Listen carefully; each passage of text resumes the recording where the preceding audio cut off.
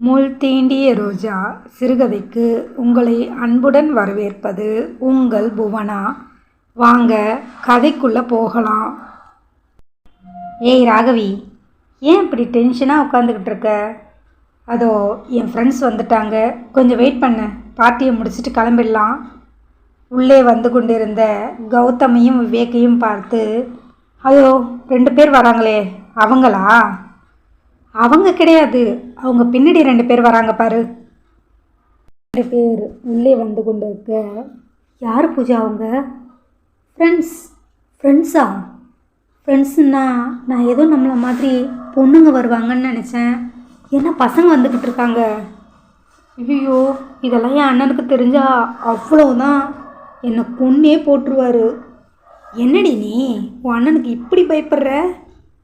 ஐயோ, உனக்கு என் அண்ணனை பற்றி தெரியாது, அவருக்கு இதெல்லாம் பிடிக்காது. நான் வேற சொல்லாமல் வந்துட்டேன், அதுவே எனக்கு பயமாக இருக்குது. இதில் பாய்ஸோட ஹோட்டலுக்கு போகணுன்னு தெரிஞ்சால் அவ்வளவுதான், என்னை கொன்று போட்டுருவார்.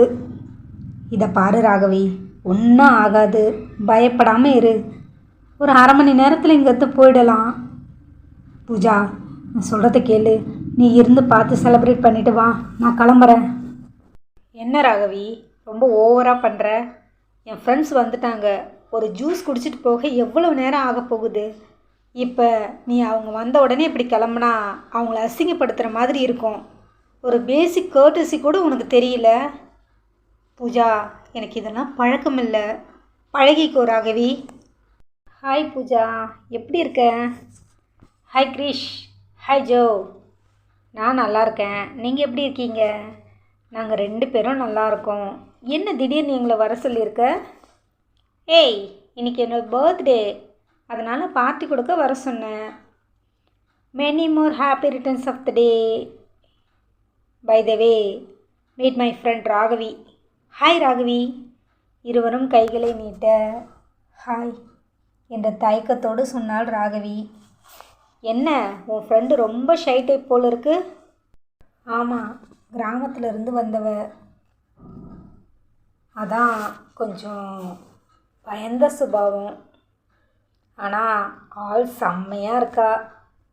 ஏய், என்கிட்ட விளையாடுற மாதிரி அவகிட்ட விளையாடாதீங்க, அவள் ஏற்கனவே பயந்து போய் உட்காந்துக்கிட்டு இருக்கா. இதில் என்ன பயம் இருக்குது? நம்ம எல்லாம் ஃப்ரெண்ட்ஸ் தானே. சரி ஓகே, என்ன ஆர்டர் பண்ணலாம்? எனக்கு ஜூஸ். உனக்கு ராகவி? எனக்கும் ஜூஸே சொல்லிவிடு. அப்போ எங்களுக்கும் ஜூஸே சொல்லிடுங்க. ஜூஸ் வருவதற்கு மூவரும் பேசி சிரித்து கொண்டிருக்க, ஏய் ஜோ, 1 minute, நான் வாஷ்ரூம் போயிட்டு வரேன். போயிட்டு வா பூஜா. ஹே ராகவி, நீ என்னோட வா. இருவரும் வாஷ்ரூமுக்கு போக அதுக்குள்ளே அவங்க ஆர்டர் பண்ணியிருந்த ஜூஸ் வந்துருச்சு. டேய் விவேக், அந்த ஏஎஸ் என்டர்பிரைசஸ் பார்ட்டி இங்கே தானே வரேன்னு சொன்னாங்க? ஆமாம் கௌதம். என்ன டைம் ஆகுது, இன்னும் அவங்கள காணோம்? கொஞ்சம் நேரம் வெயிட் பண்ணலாம் கௌதம். விவேக் சுற்றி வேடிக்கை பார்த்துக்கிட்டு இருக்க. டேஜோ, சீக்கிரம் வேலையை முடி. அவன் தயாராய் வைத்திருந்த அந்த பொடியை ஜூஸில் கலந்து ராகவியின் இடத்தில் வைத்தான். கௌதம், அங்கே பாரு. என்னாச்சு விவேக்? அந்த டேபிளில் 2 பொண்ணு 2 பசங்க உட்காந்துக்கிட்டு இருந்தாங்க. அந்த 2 பொண்ணுங்களும் எங்கேயே எழுந்து போனாங்க. அதுக்குள்ளே அதிலிருந்து ஒருத்தன் ஒரு பொண்ணோட ஜூஸில் என்னவோ கலந்துருக்கான். என்னடா சொல்கிற? ஆமாம், நீ ஒரு நிமிஷம் அங்கே பாரேன். நிஜமாவா சொல்கிற? ஆமாம், அங்கே கொஞ்சம் பாரு. அதற்குள் இருவரும் வந்துவிட, ஜூஸ் சாப்பிட்லாம், சாப்பிட்டு வேறு என்ன வேணுமோ அதை ஆர்டர் பண்ணிக்கலாம். இன்றைக்கி பார்ட்டி என்னோடது. பூஜா சந்தோஷமாய் சொல்ல, தேங்க்யூ பூஜா.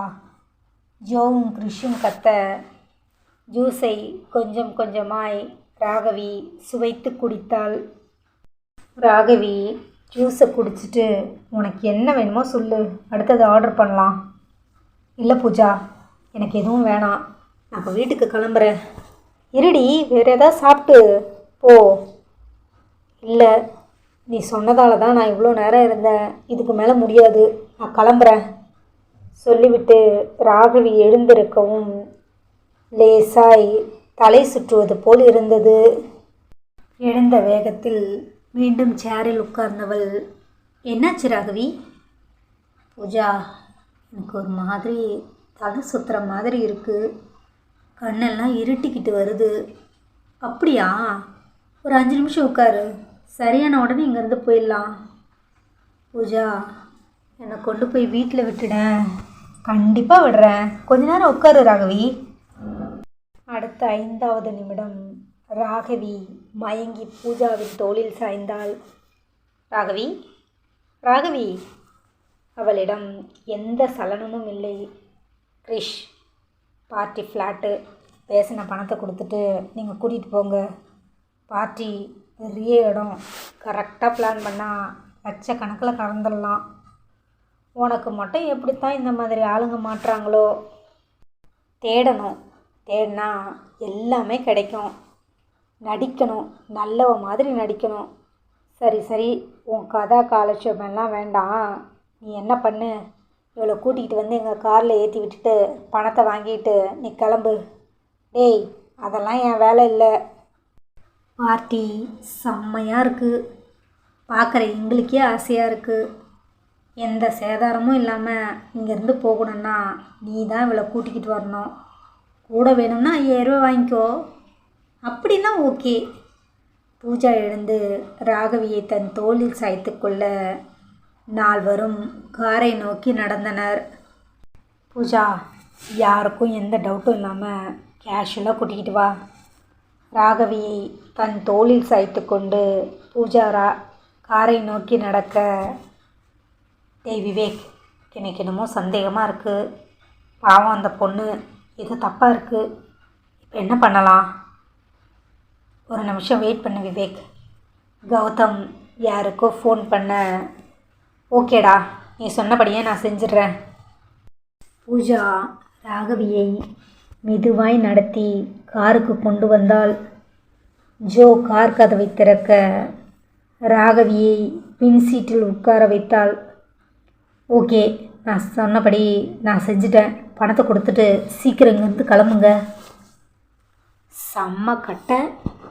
டேய், அதெல்லாம் உங்கள் பிளேஸில் போய் பார்த்துக்கோங்க. சீக்கிரம் இங்கேருந்து கிளம்புங்க. பூஜா, நீயும் காரில் ஏறு. சீஃப் உன்னை பார்க்கணுன்னு சொன்னார். அதெல்லாம் எதுக்கு ஜோ? பரவாயில்ல பூஜா, சீக்கிரம் ஏறு.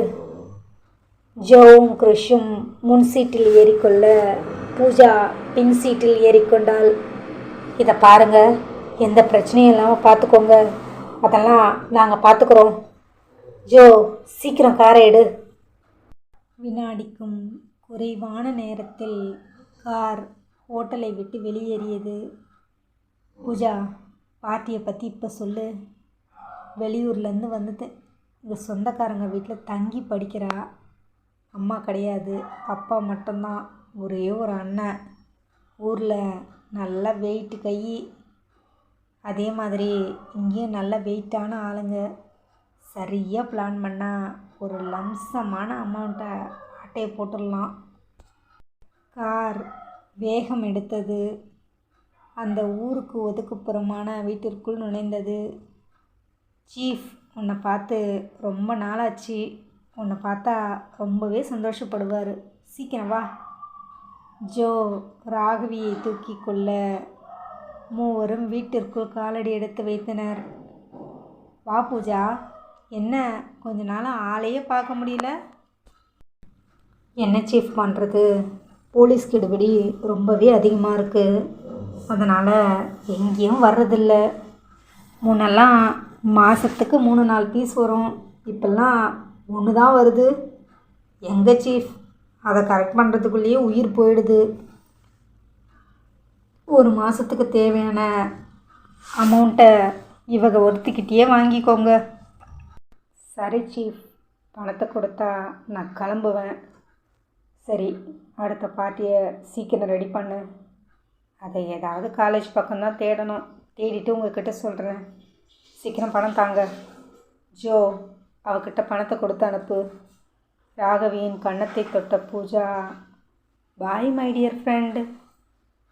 கட்டிலில் ராகவி மயங்கி கிடந்தாள்.